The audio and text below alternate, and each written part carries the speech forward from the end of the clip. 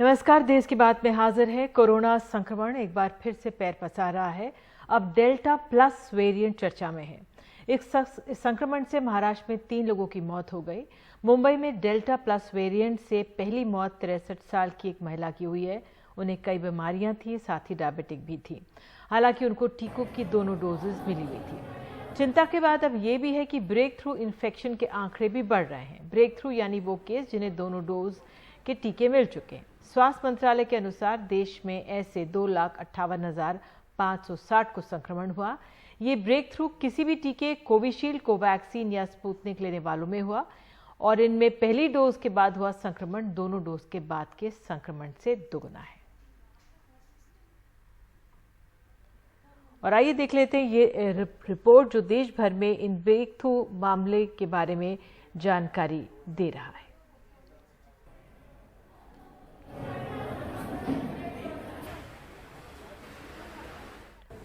तो ये अपने आप में हम सबके लिए सतर्क रहने का, आगाह करने के एक हालात हैं कि जब संक्रमण के इस तरह से मामले बढ़ रहे हैं दोनों टीके के बाद भी, किस तरह से हमें एहतियात बरतनी है। बहरहाल जमीनी स्थिति क्या है, देखते हैं ये रिपोर्ट। टीके के बाद संक्रमण के मामले पूरी दुनिया से रिपोर्ट हो रहे हैं, लेकिन शोध के मुताबिक टीका गंभीर बीमारी और जान जाने की आशंका को बहुत हद तक कम करता है। स्वास्थ्य मंत्रालय के सूत्र के मुताबिक टीका लेने के बाद अब तक 2,58,560 लोग संक्रमित हुए हैं। इसमें पहली डोज के बाद 1,71,511 और दूसरी डोज के बाद 87,049 लोगों को संक्रमण की पुष्टि हुई है। देश के टीकाकरण अभियान में शामिल तीनों टीके कोविशील्ड, कोवैक्सीन और स्पुतनिक की पहली और दूसरी डोज लेने के बाद भी ब्रेक थ्रू इन्फेक्शन के मामले पाए गए हैं। पर अच्छी बात है कि 0.048% मामलों में ही अब तक ब्रेक थ्रू इन्फेक्शन के मामले आए हैं। हमारे भारत देश में जितनी भी वैक्सीन उपलब्ध हैं, चाहे दुनिया में बाकी हिस्सों में, करीब करीब सभी वैक्सीन्स गंभीर बीमारी और मृत्यु के प्रति 90% से ऊपर प्रभावी हैं। अगर वैक्सीन मिल गई है तो ब्रेक थ्रू इन्फेक्शन होता भी है तो उसका गंभीर बीमारी नहीं होती। अब दूसरा सवाल ये है कि अगर किसी को 1 डोज लगी हुई है या 2 डोज लगी हुई है, तो भारत में जो अभी तक स्टडीज हुई हैं उसके हिसाब से 2 से 10% के बीच में ब्रेक थ्रू इन्फेक्शन होता है। ज़्यादातर ये स्टडीज स्वास्थ्य कर्मियों के बीच में की गई हैं और गंभीर बीमारी बहुत ही यदाकदा ही देखी गई और मृत्यु तो लगभग नगण्य है। ब्रेक थ्रू इन्फेक्शन को लेकर जल्द ही केंद्रीय स्वास्थ्य मंत्रालय वैक्सीन ट्रैकिंग पोर्टल लॉन्च करने वाला है, जिसके जरिए लोग इसके आंकड़े भी देख पाएंगे और टीके को लेकर उनका भरोसा भी बरकरार रहेगा। टीके के बाद भी एहतियात बरतनी जरूरी है क्योंकि वायरस बहरूपिया है और ऐसे में शोध खोज का सिलसिला फिलहाल जारी है। नई दिल्ली से परिमल कुमार, एनडीटीवी इंडिया। और हमारे साथ खास मेहमान है डॉक्टर चंद्रकांत लहारिया, महामारी विशेषज्ञ, मुंबई से जुड़ रहे हैं। डॉक्टर लहारिया, मैं आपसे समझना चाहूंगी डेल्टा प्लस वेरिएंट कितना अलग है? जो नॉर्मल संक्रमण होता है कोरोना का, उससे कैसे अलग है, जरा बताइए। सबसे पहली बात है कि जो delta plus and delta variant लगभग समान है। डेल्टा प्लस में एक एडिशनल म्यूटेशन पाया गया है और उस म्यूटेशन के आधार पर माना जाता है कि बाकी सारी चीजें सेम रहती हैं, लेकिन मोनोक्लोनल एंटीबॉडी कॉम्बिनेशन थेरेपी के खिलाफ थोड़ा कम असरकारक होता है। शुरुआत में जब डेल्टा प्लस के बारे में खबरें आई थी तो लोग काफी चिंतित हुए थे, पूरे देश में इसकी चर्चा रही थी, लेकिन अब हम देख चुके हैं कि देश में करीब 100 से कम डेल्टा प्लस के जीनोमिक सर्वेलेंस केसेज आए हैं। अर्थात यह वेरिएंट उस रफ्तार से नहीं फैल रहा है अगर वो बहुत डिफरेंट होता। मुख्य वेरिएंट जो देश में सर्कुलेट हो रहा है और ज्यादातर जीनोमिक सर्वेलेंस में पाया गया है, 98 से 99% वो डेल्टा वेरिएंट है। डेल्टा प्लस बहुत निम्न स्तर पर है। तो अब सरकारें और सारे विशेषज्ञ कह रहे हैं कि डेल्टा प्लस अतिरिक्त चिंता का विषय नहीं है। इसके वही सब कैरेक्टरिस्टिक और क्वालिटीज हैं जो डेल्टा वेरिएंट की हैं। हमें घबराने की जरूरत नहीं, इसको अलग वेरिएंट मानने का इतना जरूरत नहीं है। एक कॉलोकियल नाम है, हम आम भाषा में डेल्टा प्लस कहते हैं, अदरवाइज यह डेल्टा का ही एक प्रकार है। जी डॉक्टर लहारिया, अब ब्रेक थ्रू के भी आंकड़े बढ़ रहे हैं। अब चिंता की बात यह है, कहा जा रहा है कि भाई दोनों टीकों के बाद भी ये संक्रमण हो रहा है, इसलिए इसको ब्रेक थ्रू कहा जा रहा है। हालांकि जो डेटा है, आंकड़ा है, वो 1 डोज के बाद भी हमें दिया जा रहा है। लेकिन अब ये ब्रेक थ्रू के आंकड़ों को हम कैसे समझें और इससे कितना चिंता की बात? अगर हम वैज्ञानिक परिभाषा की बात करें तो ब्रेक थ्रू इन्फेक्शन कहा जाता है जब किसी व्यक्ति को जितने टीके प्राइमरी इम्यूनाइजेशन शेड्यूल में लगने चाहिए, यहाँ पर 2 टीके लगने चाहिए, और उसके बाद 2 टीके लगने के बाद भी 2 सप्ताह निकल जाएं, उसके बाद किसी को इन्फेक्शन होता है तो ब्रेक थ्रू इन्फेक्शन कहते हैं। तो कुछ मायनों में यह वैज्ञानिकों और रिसर्चर और पब्लिक हेल्थ एक्सपर्ट को इस पर नजर रखने की जरूरत है, लेकिन यह बहुत बड़ी चिंता की बात नहीं है। वो इसलिए क्योंकि हम जानते हैं कि जो वैक्सीन हैं उनकी एफिकेसी 100% से कम है, करीब 80% एफिकेसी है। उसका मतलब हुआ कि 100 में से जिन 100 लोगों को वैक्सीन लगेगी उनमें से 80 को वैक्सीन काम करेगी और 20 पर असरकारक नहीं होगी, तो 20 व्यक्ति फिर भी इन्फेक्शन की संभावना रखते हैं। अगर उन्हीं व्यक्तियों में जब इन्फेक्शन हो जाता है तो हम उसको ब्रेक थ्रू इन्फेक्शन कहते हैं। तो यह पूरी तरह संभव है, वैज्ञानिक इसका एक्सप्लेनेशन है। इवन जो बेस्ट वैक्सीन है जिसका 95% एफिकेसी माना जाता है, mRNA वैक्सीन, उनके बाद भी 5 लोग ऐसे बच जाएंगे 100 में से जिनको इन्फेक्शन होने की संभावना है। तो हमें इन पर नजर रखनी है, और जब इस तरह के ब्रेक थ्रू इन्फेक्शन आते हैं तो ऐसा किया जाना चाहिए कि उनका जीनोमिक सर्वेलेंस किया जाना चाहिए, जिससे हम समझ सकें कि ये ब्रेक थ्रू इन्फेक्शन कहीं नए वेरिएंट से तो नहीं हो रहे। अन्यथा यह एक साधारण सी बात है, जैसे देश में बात हो रही है कि 2,50,000 ब्रेक थ्रू इन्फेक्शन आए। मेरी राय में जो इन्फेक्शन पहले डोज के बाद हुए उनको ब्रेक थ्रू इन्फेक्शन नहीं माना जा सकता, क्योंकि हम कहते ही रहते हैं कि आपको जब तक पूरा वैक्सीनेशन शेड्यूल नहीं होगा तब तक आप प्रोटेक्टेड नहीं है। तो व्यक्ति पूरी प्रभावित हो सकता है एक डोज के बाद, जैसे कि अनवैक्सीनेटेड व्यक्ति हो। लेकिन संक्षेप में यस, नजर रखनी है, और हमें नजर रखनी होगी कि किस वजह से ब्रेक थ्रू हो रहे हैं, राज्य के किन हिस्सों में हो रहे हैं, और लोगों को सावधानी बरतते रहना है। जी, एक तो फिर जो ये परिस्थिति हमारे सामने है, परेशानी बढ़ा देती है एक आम नागरिक की, उसको आप कैसे समझाएंगे? क्योंकि अब डेल्टा प्लस वेरिएंट से अगर महाराष्ट्र में 3 मौतें आ जाती हैं और फिर मामले अगर बढ़ते हैं तो ये क्या संकेत देता है और हम बचाव कैसे करें अपना? इस महामारी में बहुत सारी चुनौतियां हैं, लेकिन एक सबसे अच्छी बात यह है कि कोई भी वेरिएंट हो, चाहे डेल्टा प्लस या कोई नया वेरिएंट उभर कर आए, उन सबसे बचने के तरीके वही पुराने हैं।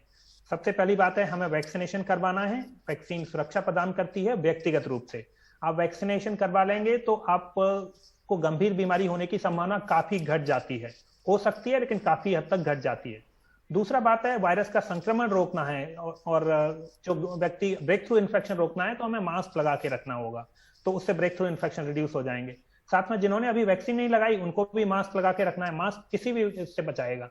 तो 2 बातें जो मैं काफी बार दोहराता हूं कि वैक्सीन आपको व्यक्तिगत प्रोटेक्शन प्रोवाइड करेगी, गंभीर बीमारी होने से रोकेगी, और मास्क लगाएंगे तो आप ब्रेक थ्रू इन्फेक्शन से बचेंगे और आप स्प्रेड नहीं करेंगे तो बाकी लोग भी आपके आसपास बचे रहेंगे। तो मास्क जन बचाव के लिए है, वैक्सीन व्यक्तिगत बचाव के लिए है। आखिरी सवाल संक्षेप में इसका जवाब, स्कूल के लिए आप क्या सुझाव देंगे? क्योंकि एक तरफ है कि स्कूल खुलने चाहिए, दूसरी तरफ आज खबर है हिमाचल प्रदेश में स्कूल बंद हो गए हैं एक बार फिर खुलने के बाद। कर्नाटक मंथन करेगा क्या करें, तो ऐसे में स्कूल खुले भी छोटे बच्चों के लिए तो क्या किया जाए? सबसे पहली बात है कि हमें याद रखना होगा कि काफी सारी चर्चाएं चल रही हैं कि जब तक बच्चों को वैक्सीनेशन नहीं हो जाएगा तब तक स्कूल नहीं खुलेंगे, जबकि हमें याद रखना चाहिए कि अभी फिलहाल दुनिया के करीब 170 देशों में स्कूल खुले हुए हैं और दुनिया के किसी भी देश में 12 साल से कम उम्र के बच्चों का वैक्सीनेशन नहीं हो रहा।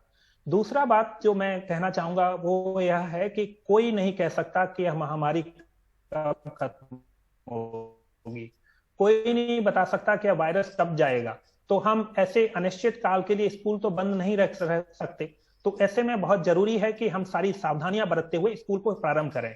यह प्रक्रिया एक डायनेमिक होगी, स्कूल खुल जाएंगे, अगर केसेस बढ़ने लगेंगे तो उनको बंद करना होगा। स्कूल ऐसी जगह पर खोले जा सकते हैं जहां कम इन्फेक्शन हो रहा है, तो हमें इससे सीखना होगा कि कैसे रहना होगा, डर के नहीं रह सकते। और अंतिम बात मैं कहूंगा कि अधिकतम चिंता जो स्कूल खुलने से है दर्शाते हैं वो ऐसे माता पिता दर्शाते हैं जिनके घर में वाईफाई या ब्रॉडबैंड की सुविधा है और बाकी अन्य डिवाइसेज हैं, लेकिन गरीब तबके के बच्चों के पास उनकी शिक्षा का बहुत नुकसान हो रहा है। तो स्कूल ऐसे खोले जाने चाहिए कि सबका बचाव भी हो और शिक्षा भी चालू रहे, और एक डायनेमिक प्रोसेस होनी चाहिए। बिल्कुल डॉक्टर चंद्रकांत, आपने बहुत राहत भरी खबर दी जो माता पिता सुन रहे होंगे। बहुत बहुत धन्यवाद।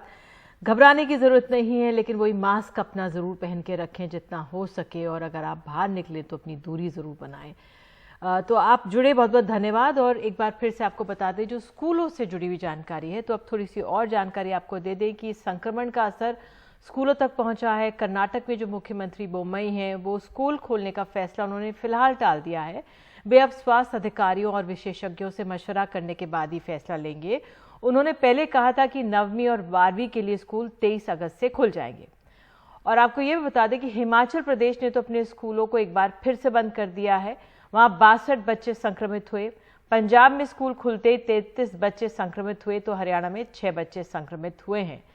तो आइए सीधे चलते हैं अपने सहयोगी मोहम्मद गजाली के पास और उन्हीं से समझते हैं कि क्या उनको जानकारियां मिल रही हैं हिमाचल प्रदेश से, पंजाब और हरियाणा से।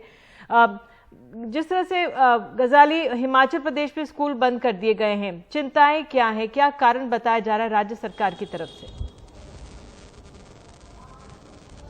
देखिए, अगर हिमाचल की बात करें तो पहले तो चिंता ये थी कि पर्यटक बहुत आ रहे हैं, फिर बीच में सेकंड वेव के बाद जो है केसेस में डिप आना शुरू हुआ, केसेस कम हुए। लेकिन जैसे ही स्कूल खुले हैं उसके बाद से करीब 60 से ऊपर जो विद्यार्थी हैं, स्कूल जाने वाले बच्चे हैं, वो कोरोना से संक्रमित पाए गए। उसके बाद जो है कैबिनेट की बैठक में परसों मुख्यमंत्री ने बैठक के बाद अनाउंस किया कि ये डिसाइड किया गया है कि सारे ही स्कूल बंद किए जाएंगे।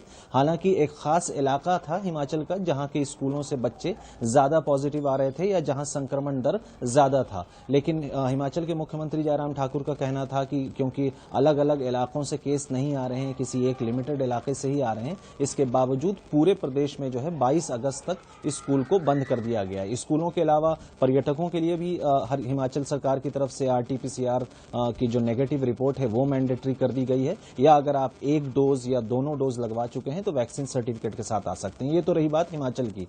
पंजाब में और हरियाणा में स्कूल खुले हुए हैं। पंजाब में सारे ही क्लासेस के लिए स्कूल चल रहे हैं 2 अगस्त से, और फिलहाल आज की जो रिपोर्ट हमें मिल रही है उसमें 30 से ऊपर जो विद्यार्थी हैं उनको कोरोना से संक्रमित हुए हैं। इसके बावजूद सरकार की तरफ से कोई ऐसा बयान या सरकार ने कोई ऐसी बात नहीं कही है कि वो स्कूलों को बंद कर देंगे। हालांकि चीफ सेक्रेटरी की तरफ से ये ऑर्डर सारे ही महकमे में, एजुकेशन डिपार्टमेंट को ये दिया गया है कि स्कूलों में जो है वो टेस्टिंग की संख्या को बढ़ा दिया जाए। तो टेस्टिंग को पर डे 10,000 करने की बात सरकार कह रही है, लेकिन कहीं ना कहीं जो माता पिता हैं वो जरूर चिंतित हैं, क्योंकि हालांकि वो रूल है कि आप एक कॉन्सेंट लेटर लेके आएं, सहमति पत्र लेके आएं अपने माता पिता का, तभी आप क्लासेस अटेंड कर सकते हैं। लेकिन यहाँ पर 2 समस्या है। एक तो ये कि 1 साल से ये जो पूरा एजुकेशन सिस्टम है ये डिसरप्ट हुआ पड़ा है, कहीं ऑनलाइन क्लासेस चल रही हैं, कहीं नहीं चल रही हैं, तो उसको लेकर भी चिंताएं थी। सरकार को ऐसी फीडबैक मिली कि पेरेंट्स का कहना है कि अब स्कूल खोल दिया जाए, केसेस कम हो रहे हैं। लेकिन स्कूल खुलने के फौरन बाद जिस तरह से केसेस बढ़े हैं बच्चों में, और दूसरी चीज ये कि अक्सर सरकारी स्कूलों में ये देखने को मिलता है कि SOP चाहे सरकार जितना भी लागू कर दे, बच्चों को कंट्रोल करना, चाहे वो रिसेस टाइम हो, लंच आवर्स हो या छुट्टी के बाद वो मास्क नहीं पहनते या वो सोशल डिस्टेंसिंग क्लासेस में मेंटेन नहीं हो पाता। और खुद सेहत मंत्री ने भी ये बात मानी है कि बच्चों को कंट्रोल करना या मॉनिटर करना, छोटे बच्चों को खास करके, वो बहुत टफ हो जाता है। की बात है। लेकिन मैं आपसे ये भी पूछना चाहूंगी गजाली कि बच्चों की जो तादाद है कितनी आ रही है, और कौन से सरकारी स्कूलों में ज्यादा बच्चे आ रहे हैं, प्राइवेट स्कूल में कम बच्चे आ रहे हैं या ज्यादा बच्चे आ रहे हैं? उस लिहाज से डेटा तो मुश्किल होगा, लेकिन अमूमन क्या आंकलन है वहां पर? नहीं, स्कूलों में बच्चे कम आ रहे हैं, ये बात तो है कि जैसा पिछले साल माहौल था उससे थोड़ा इंप्रूवमेंट है। लेकिन क्योंकि स्कूल पंजाब में 2 अगस्त से ही खुले हैं तो उसके बाद केसेस भी बढ़ने लगे, तो स्कूलों में जो अटेंडेंस है वो जरूर कम है। मैक्सिमम बच्चे अभी भी ऑनलाइन मोड से ही प्रीफर कर रहे हैं। पेरेंट्स भी चाहते हैं कि जैसे ही केस बढ़े, उनके लिए चिंताजनक बात हो गई है। दूसरी बात ये भी है कि स्कूल के स्टाफ भी 100% वैक्सीनेटेड नहीं है, जो जैसा कि सरकार को तेजी से वैक्सीनेशन करना चाहिए स्कूल के टीचिंग और नॉन टीचिंग स्टाफ को लेके, तो उसमें भी वो तेजी जब तक नहीं आएगी तब तक बच्चों के माता पिताओं के जहन में वो बात जरूर एक चिंता का विषय बना रहेगा। तो फिलहाल अभी भी वो 100% अटेंडेंस है नहीं, कहीं बिलो 50 है, कहीं बिलो 60 है, तो कहीं ना कहीं जो है अटेंडेंस भी बच्चों की स्कूलों में फिजिकल क्लासेस के लिए कम ही है। बिल्कुल, बहुत बहुत धन्यवाद। और एक बार फिर से गजालिया में जिस तरह से बता यही रहे कि टीके ज़रूर और लगने चाहिए, क्योंकि अगली खबर भी इसी ओर इशारा कर रही है। टीकों की किल्लत बनी हुई है। बिहार में गोपालगंज के इटवा गांव के आंगनबाड़ी केंद्र पर वैक्सीनेशन केंद्र में ग्रामीण इतनी संख्या में पहुंच गए कि कतार लगानी पड़ी और इस दौरान लाइन में खड़े होने के लिए आगे हमको लेकर ऐसा विवाद बढ़ा कि धक्का मुक्की होते होते दौड़ा दौड़ाकर कुछ लोग एक दूसरे को पीटने लगे। पिटाई करते हुए लाइव वीडियो को किसी ग्रामीण ने बनाकर सोशल मीडिया पर वायरल भी कर दिया। तो ये बिहार के गोपालगंज की तस्वीरें हैं और वाकई में जो टीकाकरण है उस अभियान में भी तेजी लाने की बहुत जरूरत है।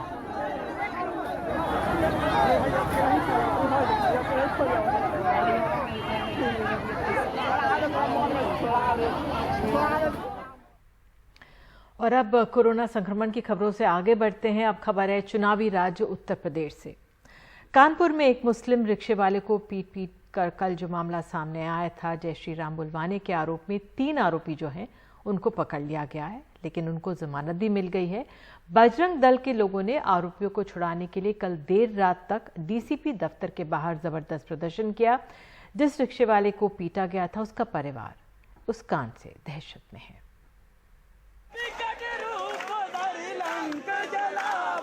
ना यहाँ कहीं लंका है और ना ही हनुमान जी, लेकिन यहाँ भी किसी बेगुनाह को सरेआम पीटने के आरोपियों को छुड़ाने के लिए उनका ही नाम लिया जा रहा है। बजरंग दल कानपुर के हिंदू समाज को आश्वस्त करता है कि किसी भी के द्वारा अगर हमारे धर्म पर आघात किया जाएगा तो विश्व हिंदू परिषद बजरंग दल शांत बैठने वाला अब नहीं है, क्योंकि अब यह मुगलों का काल नहीं, अब यह भगवान राम की धरती है और अब हम जहां जी रहे हैं वहां पर राम राज्य स्थापित होने वाला है। जिन्हें छुड़ाने के लिए हनुमान चालीसा पढ़ी जा रही थी वही इस कांड के आरोपी हैं। वे सरेआम एक मुस्लिम रिक्शे वाले अफसार को पीट कर उससे जय श्री राम बुलवाते रहे। उसकी मासूम बच्ची बाप की पिटाई देख चीख कर रोती रही। अफसार पे ना कोई आरोप है ना कोई एफआईआर। उनका कसूर बस इतना है कि वो उस महिला के देवर हैं जिनसे उसके एक हिंदू पड़ोसन का झगड़ा है। इस कांड से पहले बजरंग दल ने वहां एक सभा की और ये ऐलान किया, हम हिंदू समाज को आहत नहीं होने देंगे। हम अपने सनातन धर्म को बचाने के लिए स्वयं सक्षम हैं। अगर हमारा हिंदू परिवार किसी भी प्रकार से परेशान रहेगा हम उसके लिए खड़े हैं।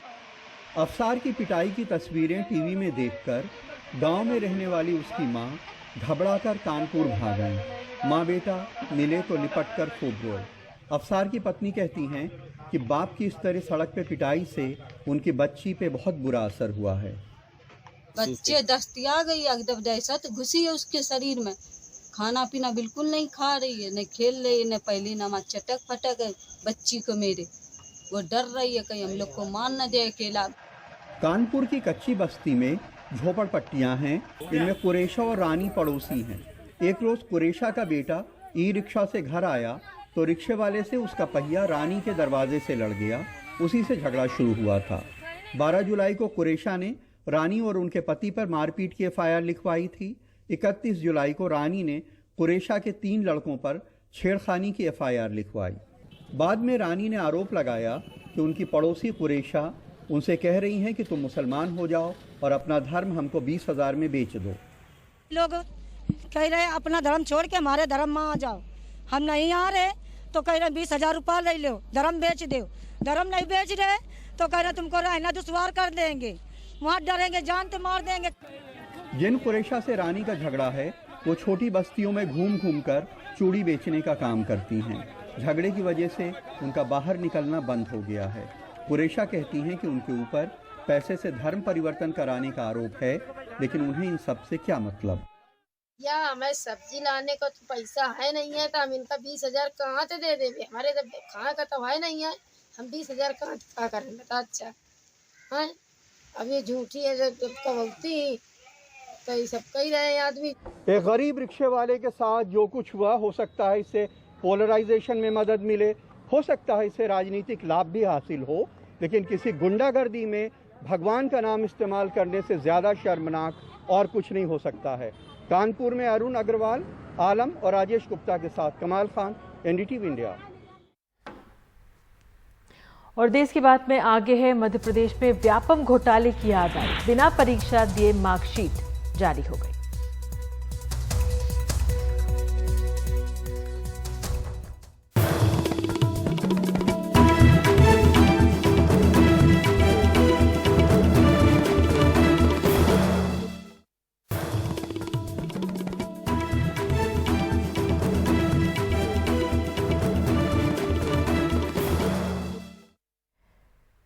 देश प्रदेश की सियासत में व्यापम घोटाले की आंच अभी ठंडी नहीं पड़ी थी कि जबलपुर मेडिकल यूनिवर्सिटी में कथित तौर पर मार्कशीट घोटाले के आरोप लगने लगे हैं। आरोप है कि यूनिवर्सिटी में उन छात्रों को भी पास कराया गया जिन्होंने कभी परीक्षा ही नहीं दी। हालांकि सरकार का कहना है कि उन्होंने ही मामले को पकड़ा है और जांच के आदेश दे दिए हैं, किसी को बख्शा नहीं जाएगा। 300 कॉलेज, 80,000 छात्र, मध्य प्रदेश के सारे medical, dental, nursing, paramedical, Ayurveda, homeopathy, यूनानी, योगा कॉलेजों का विश्वविद्यालय और गवर्निंग बॉडी मध्य प्रदेश आयुर्विज्ञान विश्वविद्यालय जबलपुर फर्जी मार्कशीट घोटाले के आरोपों में घिरा है।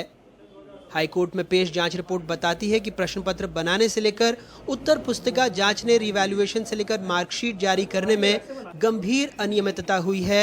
छात्रों के न सिर्फ नंबरों में हेरफेर कर मार्कशीट जारी की गई, बल्कि कई ऐसे छात्रों को पास बताया गया जो परीक्षा में बैठे ही नहीं। जांच कमेटी ने साफ पाया है कि छात्रों को पास फेल करके पैसा कमाया गया। जांच कमेटी ने ये देखा है कि माइंडलॉजी कंपनी ने ज़्यादा पैसा विश्वविद्यालय से लिया, राजस्व का नुकसान किया। जांच कमेटी ने पाया है कि यहाँ के लोग भी भ्रष्ट तंत्र में डूबे हुए थे। मामला सामने आने के बाद भी रिजल्ट बनाने वाली कंपनी पर एफआईआर नहीं हुई है, सिर्फ उसका ठेका निरस्त हुआ। कंपनी ने विश्वविद्यालय को डेटा तक नहीं दिया, कहा बेंगलुरु में उसका कार्यालय लॉकडाउन में बंद है। फिर टर्मिनेशन के खिलाफ कंपनी हाई कोर्ट चली गई। वहीं यूनिवर्सिटी अब जवाब पेश नहीं कर रही है। कंपनी कोर्ट में चली गई है, तो हम लोगों ने अभी तुरंत में कोर्ट में विश्वविद्यालय की तरफ से वकील वगैरह नियुक्त कर दिए हैं, जो कि वो करेंगे और माननीय न्यायालय इस बारे में संज्ञान लेगा। मामले की जांच के लिए पूर्व कुल सचिव डॉक्टर जेके गुप्ता की अध्यक्षता में 3 सदस्यीय कमेटी बनाई गई, जिसमें पता लगा कि विश्वविद्यालय में परीक्षा कार्य इंटरफेस निर्धारित नहीं है। ईमेल से सारा काम होने से डेटा में फेरबदल हुआ। सॉफ्टवेयर में आईपी एड्रेस के बजाय मैक एड्रेस है, जो सुरक्षा के हिसाब से उचित नहीं। अंक सूची में उप कुल सचिव के हस्ताक्षर अनिवार्य है, लेकिन टीआर शीट से मिलान वर्जित किया गया, जो आपत्तिजनक है। विश्वविद्यालय के गोपनीय कक्ष में कंपनी का सर्वर है, लेकिन डेटाबेस मांगने पर भी दिया नहीं गया। अंक सूची का डेटा ईमेल के जरिए पीडीएफ और एक्सेल में कट पेस्ट कर बनाया गया, जिसमें डेटा परिवर्तन और उसके त्रुटिपूर्ण होने की आशंका है। नतीजे घोषित होने से पहले इसे विश्वविद्यालय के कर्मचारी को मेल आईडी पर भेजा गया। परीक्षा नियंत्रक ने छुट्टी पर रहते अंक भेजे, जिसे कंपनी ने मार्कशीट में दर्ज किया। डेटा की सॉफ्ट कॉपी यूनिवर्सिटी में जमा करवाने की शर्त का भी उल्लंघन किया गया। हालांकि कंपनी ने ईमेल के जरिए जो प्रतिक्रिया भेजी है, उसमें सारे आरोपों का खंडन किया है। पिछले कुछ महीनों से हमें निहित कारणों से विश्वविद्यालय के एक अधिकारी ने परेशान किया। उक्त अधिकारी ने हमारी टीम पर परीक्षा की पवित्रता से समझौता करने का दबाव बनाया, जिसे हमने मानने से इनकार कर दिया, जिसकी वजह से उस अधिकारी ने अपने पद का दुरुपयोग करते हुए हमारा अनुबंध समाप्त कर हमें ब्लैकलिस्ट कर दिया।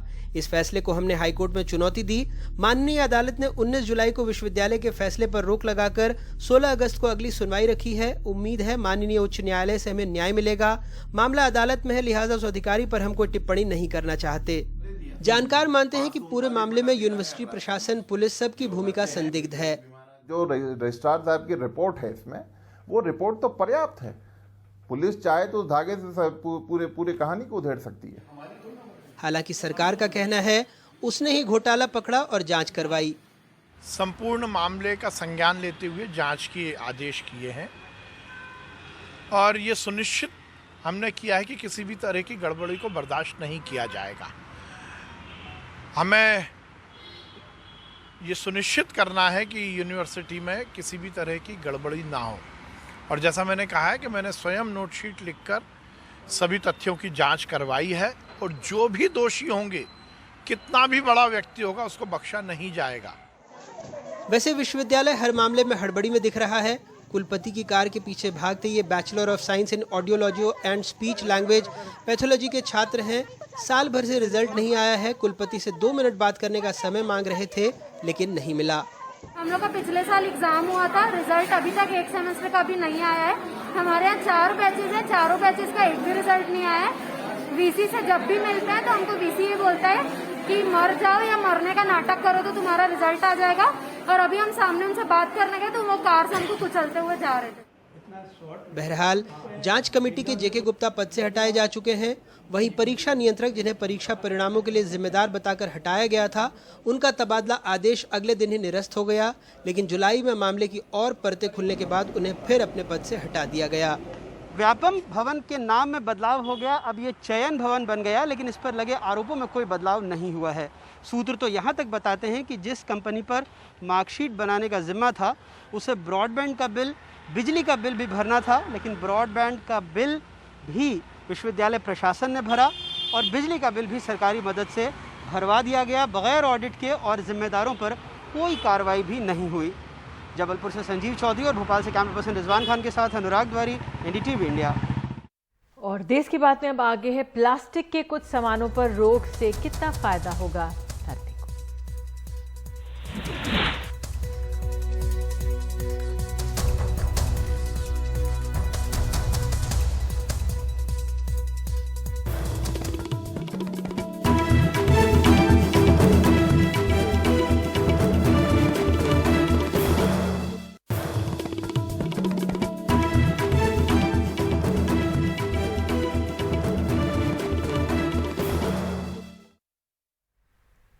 सिर्फ एक बार इस्तेमाल होने वाले प्लास्टिक के कुछ सामान अगले साल से प्रतिबंधित हो जाएंगे। Plastic waste management amendment rules 2021 को लेकर अधिसूचना जारी कर दी है।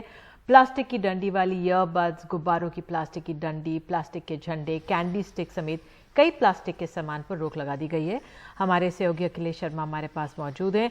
अखिलेश, ये बताइए कि एक बार फिर से इस तरह की अधिसूचना, सरकारी कोशिशें तो बहुत अरसे से करती आई हैं, लेकिन कितनी गंभीरता से इसे अमल में लाया जाएगा?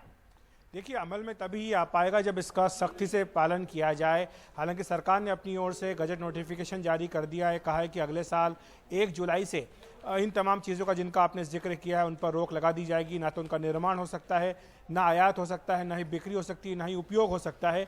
ये सख्त निर्देश जो है जारी कर दिए गए हैं। इसका जो दूसरा हिस्सा है वो ये है कि जो कैरी बैग होता है, जो सबसे ज़्यादा पॉल्यूशन करता है क्योंकि उसको लोग एक बार में इस्तेमाल करके फेंक देते हैं, उसकी मोटाई बढ़ा दी जाएगी पहले 30 सितंबर से, उसके बाद अगले साल से 31 दिसंबर से। और इस तरह से मोटाई बढ़ाने से ये होगा कि उनको रिसाइकल करना, रीयूज़ करना ज़्यादा आसान होगा, ये सरकार का मानना है। और तीसरी बात ये कि वो जो आइटम जिनका जिक्र इसमें किया गया है पाबंदी में, वो आइटम जो इसमें शामिल नहीं है उनको निपटाने की जिम्मेदारी, उनका कचरा किस तरह से निपटाया जाए इसकी जिम्मेदारी उनको बनाने वालों की होगी। ये एक महत्वपूर्ण संशोधन इसमें किया गया। तो 3 बड़े कदम उठाए गए हैं, तीनों को नोटिफिकेशन जारी कर दिया गया है। बहुत बहुत धन्यवाद जानकारी के लिए। बहुत अहम खबर है, कदम है जिसको हम सबको उठाने की एक साथ ज़रूरत है।